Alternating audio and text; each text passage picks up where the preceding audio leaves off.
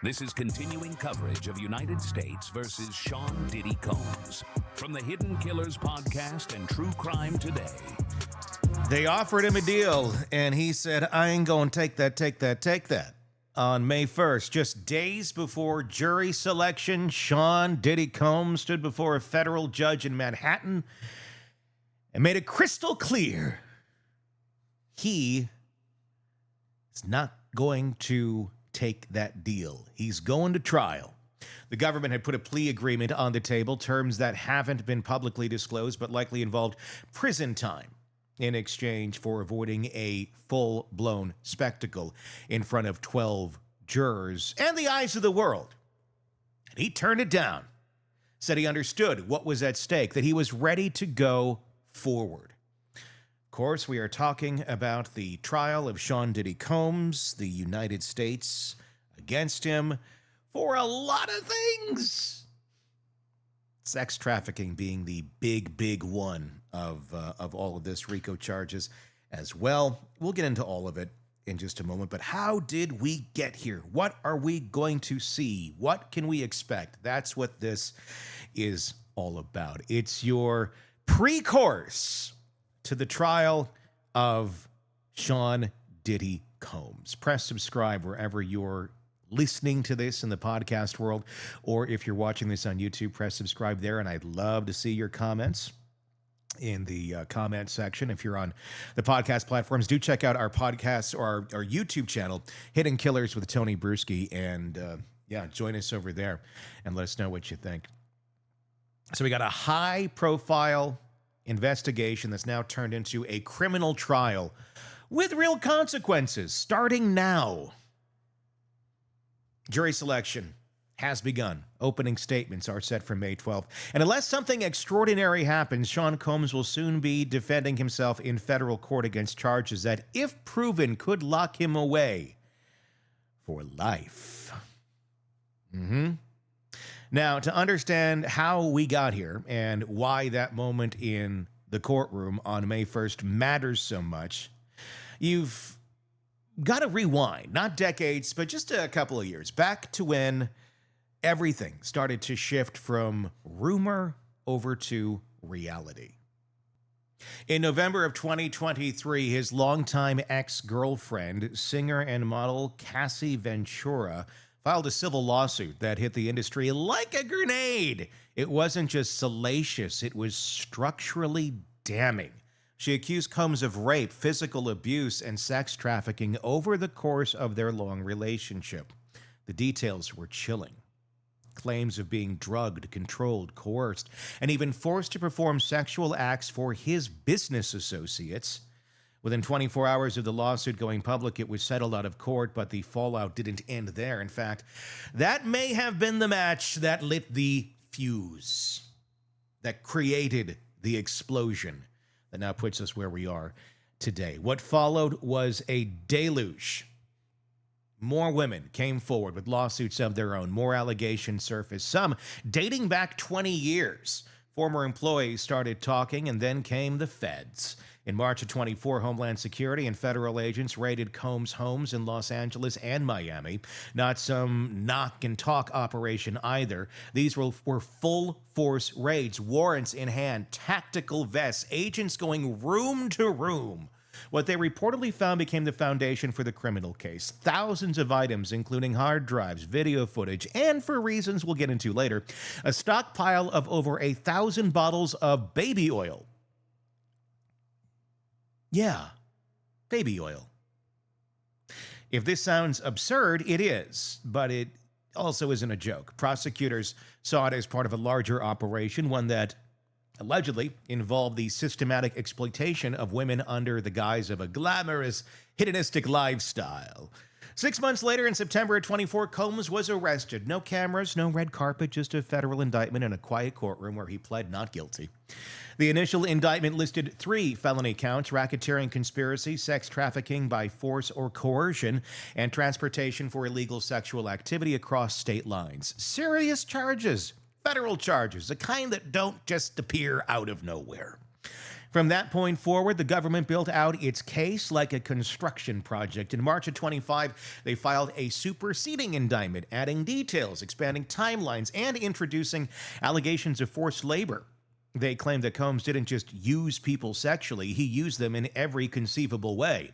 Employees allegedly made to procure women, run errands that blurred the lines between logistics and coercion, and participate in maintaining a culture of silence where nothing was questioned and everything revolved around his needs. Then, just weeks before the trial, the prosecutors dropped their second superseding indictment, this time adding 2 brand new charges. Another count of sex trafficking and another count of interstate transport for unlawful sexual acts, both tied to a second alleged victim. And suddenly the case wasn't just about Cassie or one woman's account, it was about a pattern. When the prosecutors say spanned decades, involved multiple victims, and pointed to a deliberate, organized scheme. Combs' legal team didn't take this quietly. They argued the government was moving the goalposts late in the game. They asked the judge to throw out some of the new evidence, particularly the forced labor claims involving an employee. And in a pretrial win for the defense, Judge Aaron Submaranian agreed. That piece of the puzzle, those last-minute labor allegations, would not be shown to the jury. But when it came to the new sex trafficking charges and the second alleged victim story, that was a different story. The judge allowed it all in. The timeline got longer, the scope got wider, and the jury is going to hear about all of it. Then came another key decision, the question of whether jurors would be shown video footage of Combs in a 2016 altercation with Cassie Ventura caught on hotel surveillance. In that footage, now cleared for trial, Combs is seen chasing her down a hallway, grabbing her, throwing her to the floor, and kicking her. The defense argued that it was a private domestic dispute unrelated to the criminal enterprise at the heart of this case. But the judge ruled it was admissible. The prosecution says it speaks directly to the pattern of coercion and violence they intend to prove. The jury will decide what it all means. Other rulings in the lead-up to the trial went the government's way as well. The judge approved the use of pseudonyms for victims and witnesses, a move designed to protect their safety and encourage testimony. Combs' attorney pushed back, saying it would bias the jury, make it look like the witnesses had something to fear. But the court sided with the prosecutors. These were sensitive allegations, and witness protection came first because guess what? They do have something to fear because he has a history going after people that, don't necessarily go along his path of what he thinks is right. There was also a last-ditch move by the defense involving a potential psychiatric expert. And this is where it gets good. The defense floated the idea of presenting evidence that Combs may have had diminished capability due to drug use or mental health issues. Basically saying, he can't possibly be guilty of these charges. He's too high and drunk and mentally ill to be accountable. Let him go back to the parties. The government pounced immediately, filing a motion to block it, arguing that voluntary intoxication isn't a valid defense to the crimes he's accused of. The judge has yet to rule, but it's expected that any such argument will be severely limited, if not completely just thrown out. And through all of this, one thing hasn't changed. Combs is still in jail. He's been denied bail 3 times. The judge called him both a flight risk and a danger to the community, particularly to potential witnesses. The courts reviewed and rejected multiple bail proposals, including one where Combs offered $50 million and round-the-clock surveillance. The concern wasn't just that he might run, it was that he might reach out to the very people set to testify against him. At one point, prosecutors said Combs had used other inmates' phone pins to try and make untraceable calls from behind bars that didn't help his case at all. So he's staying put in federal custody until this trial plays out. And that brings us now to where we're at today. Jury selection starting. Hundreds of potential jurors have received summons. Yes, it's all about to begin. It's going to start with questions about bias, about familiarity with the case and attitudes towards sexual assault, power dynamics, and celebrity. The judge has approved an anonymous jury. Even the courtroom logistics, overflow rooms, press restrictions are already in place. What makes all of this so significant is not just the celebrity name attached to it.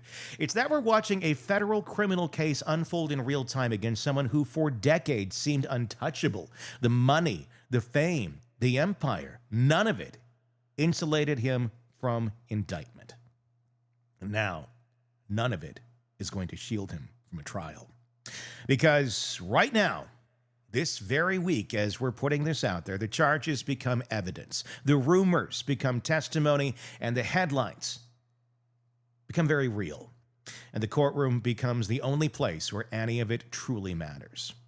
There's no such thing as a small federal indictment. But this one swings hard right out of the gate. Racketeering, sex trafficking, Mann Act violations. If you're picturing a celebrity scandal, forget it. What prosecutors have laid out in the criminal case against Sean Diddy Combs is something else entirely. A sweeping, multi-decade enterprise they say was built not on just music, money, or fame, but on control, on coercion, on fear.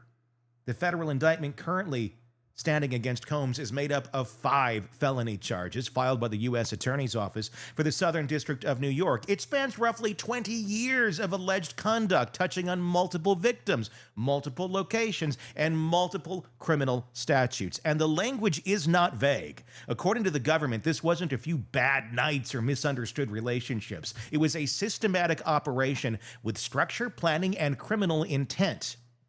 At the core of the indictment is the RICO charge, short for Racketeer, Influenced, and Corrupt Organizations Act. It's the same federal law historically used to take down mob bosses, gang leaders, drug cartels, and R. Kelly. The idea behind RICO is this. If you run a business or organization and that operation exists either fully or in part to commit crimes, the enterprise itself becomes a criminal mechanism. And under that lens, even if each act alone might seem isolated, they're all legally connected. Prosecutors are arguing that Combs used his business, his brand, and his personal network as a kind of criminal infrastructure.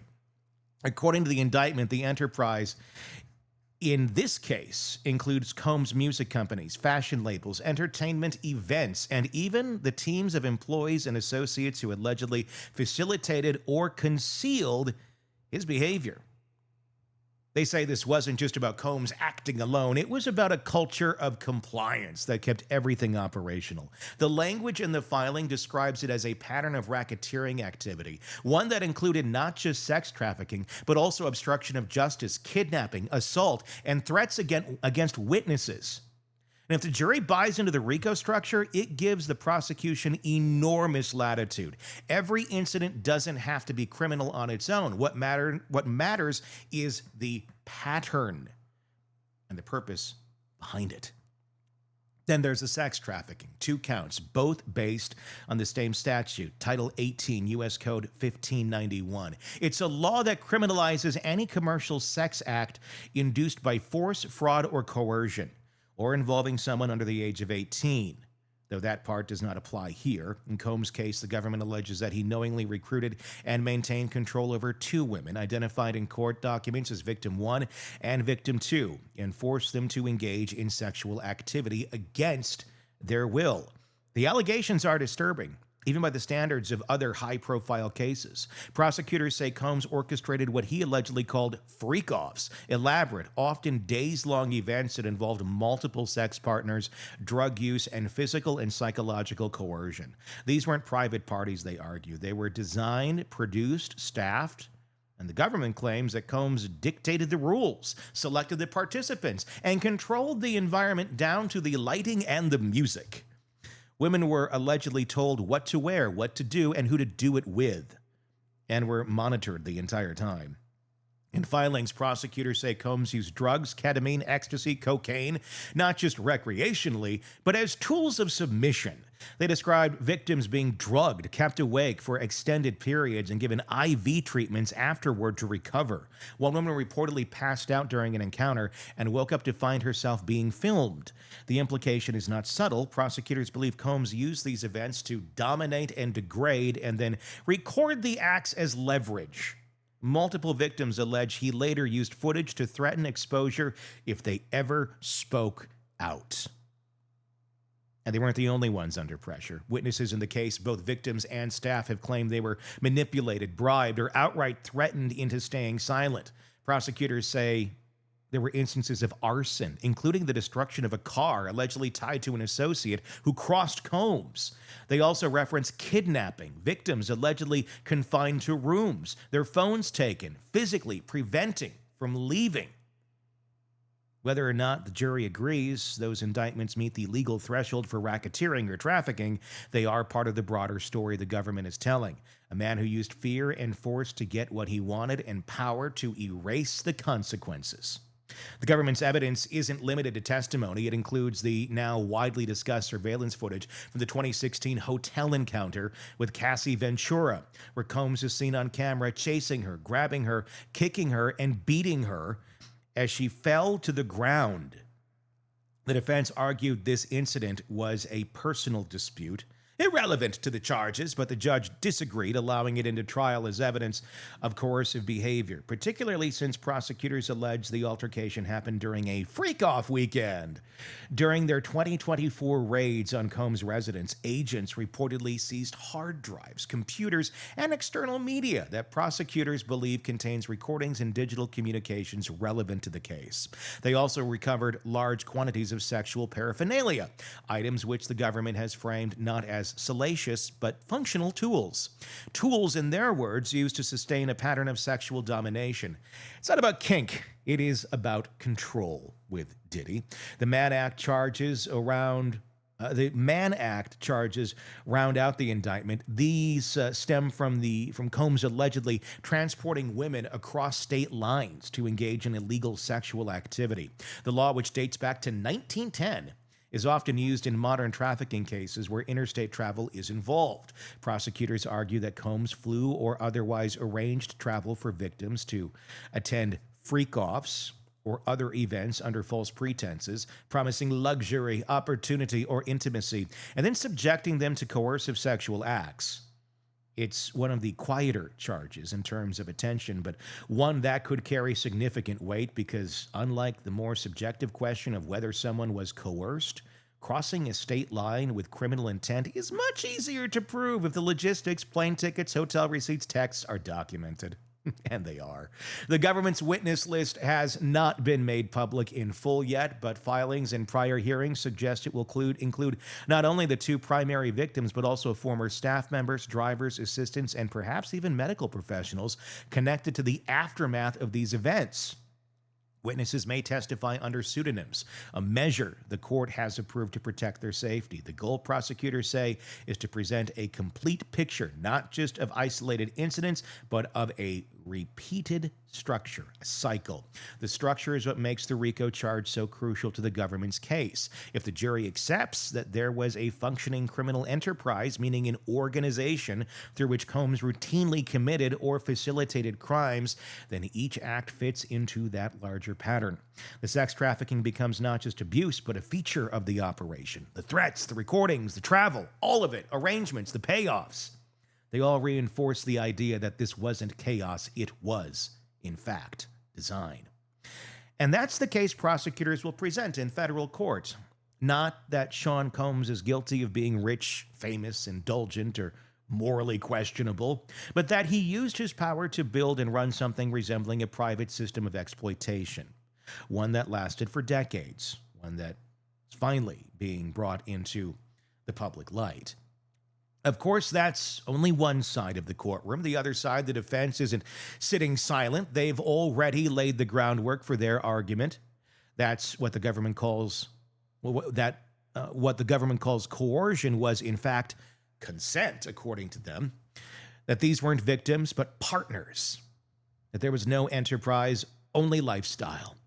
And what happened behind closed doors was private, not criminal. If you strip down the most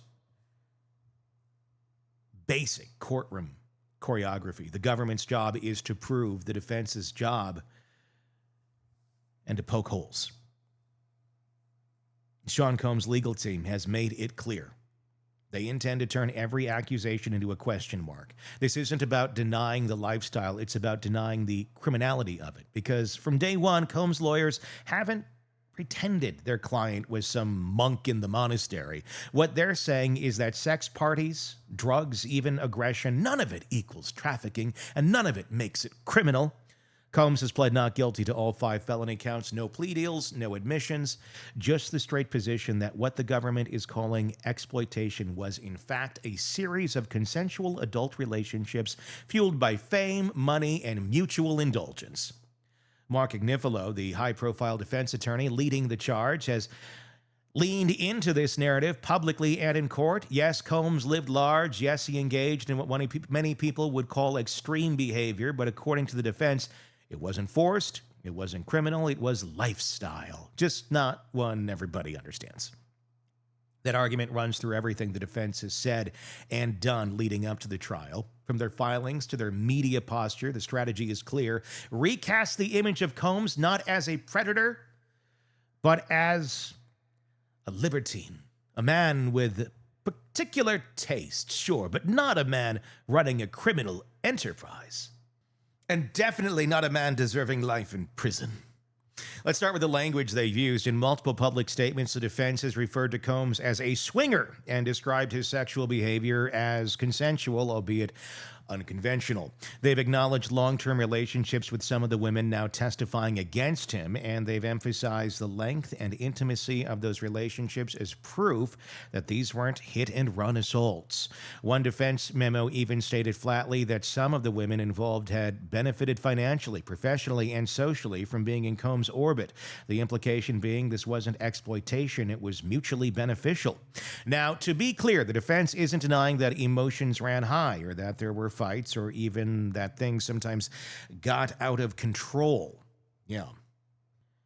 Plenty of couples have dramatic relationships. They argue without being dragged into federal court. The defense's job is to make the jury see those moments, however ugly, as personal, not prosecutable. One of the main weapons in their arsenal is attacking the credibility and motives of the accusers. Combs' team has pointed out that many of the women coming forward have also filed civil lawsuits or sought monetary settlements. They've suggested that these civil actions are not only financially motivated, but also coordinated to apply pressure. After the Cassie case settled quickly in 2023, a wave of similar lawsuits followed. The defense sees that as a pattern, not of victimization, but of opportunism. And it's not just about the money. The defense has also flagged what they consider inconsistencies in the accuser's behaviors. They pointed out that some women maintained contact with Combs for years after the alleged abuse, that others sent affectionate messages, and that several stayed in romantic or professional relationships with him long after the events. In legal terms, these aren't necessarily disqualifying, but the defense knows that for a jury, they muddy the waters. If someone claims coercion but also appears on red carpets or in vacation photos with the alleged abuser, that creates room for doubt. And doubt is the only friend a defense attorney really needs. Then there's the big structural challenge, the RICO charge. Combs' lawyers are attacking it from both ends. First, they're arguing that his company's Bad Boy Entertainment, Sean John, Combs Wines and Spirits are legitimate, profit-driven businesses, not fronts for criminal activity. There's no evidence, they claim, that these entities were created or used to traffic women or cover up crimes. If anything, they argue these are the vehicles of a successful entrepreneur who's made millions through music, fashion, and branding. Second, they're disputing the very idea of an enterprise. According to the defense, this wasn't some organized criminal ring. There were no coordinated plans between employees to lure, drug, or abuse women. If things happened at parties or behind closed doors, they argue, those things were between Combs and the people involved, not part of a larger scheme. The notion that his assistants or bodyguards or label staff were somehow co-conspirators in a long-running trafficking operation is, in their words, absurd. If the prosecution is trying to frame excess as structure, the defense is trying to yank that structure apart.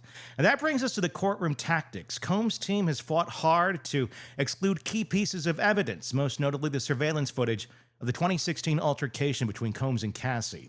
That video, now widely reported on, shows Combs grabbing, throwing, and kicking Ventura in a hotel hallway. His lawyers call it highly prejudicial, arguing that it doesn't prove trafficking, that it's unrelated to the charges, and that it could poison the jury emotionally. The judge disagreed. The footage is in, but the defense is already positioning it as a regrettable moment in a bad relationship, not a reflection of Combs' overall conduct, and certainly not proof of a sex trafficking operation. Another point of contention has been the use of pseudonyms for some witnesses. The prosecution requested for the court, and the court granted permission for certain accusers to testify without using their full names, citing safety concerns. The defense pushed back on that, claiming this could unfairly suggest that Combs is dangerous or that the women are in hiding. The court ruled in the government's favor, but it's another example of how the defense is watching every detail, trying to keep the jury from being swayed by anything that feels theatrical or weighed against them. And then there's a curveball, the possibility of a psychiatric defense. In late April, Combs' team filed notice that they might call a mental health expert, likely to testify that Combs was under the influence of drugs or suffering from some form of psychological impairment that affected his judgment. Prosecutors immediately filed a motion to block that line of defense, arguing that voluntary intoxication is not a legal excuse for trafficking or coercion. As of now, the judge hasn't ruled definitively on whether that expert testimony will be allowed, but it signals that the defense may be laying groundwork to argue not just he didn't do it, but also he wasn't thinking clearly if he did. It's a risky strategy because it walks a fine line. On one hand, it suggests diminished intent, a kind of mental fog that complicates accountability. On the other hand, it opens the door to questions about whether Combs was in control of his behavior at all, which could undermine the core of their own consensual and controlled narrative. Still, in this high-stakes trial, every option stays on the table until the court says otherwise. Throughout all of this, the message to the jury will be tightly focused. Don't confuse controversy with crime. Don't turn a lifestyle into a legal violation. Don't let shock value become proof. The defense wants jurors to see Combs not as a monster, but as a man whose personal life doesn't fit social norms. Someone who liked things excessive, sure, but who had consenting adults around him who liked it that way too. Someone who might have crossed lines emotionally, maybe even morally, but who never crossed it into criminality. That message is going to be hit over and over again, from opening statements to closing arguments, because when it's all said and done, Combs doesn't have to prove anything. He just has to raise enough doubt to make a conviction impossible. That's the defense's playbook, and that's what they're bringing into the courtroom. And now it's up to the jury to decide whether they're buying it. Are you buying it? Tell me in the comments what's your thoughts on this case. Press subscribe wherever you're listening to this podcast, and whatever platform, and also check out our YouTube channel if you're already there. Thank you. Press or go into the comments section and let us know what you think about this case and the many cases that we cover here with the Hidden Killers podcast and True Crime Today. Press subscribe as well. My name is Tony Bruschi. Thank you for joining us. We will talk again real soon. Craving non-stop true crime updates? Press subscribe now and get the latest cases, analysis, and expert commentary delivered straight to your feed, only from the Hidden Killers podcast and True Crime Today.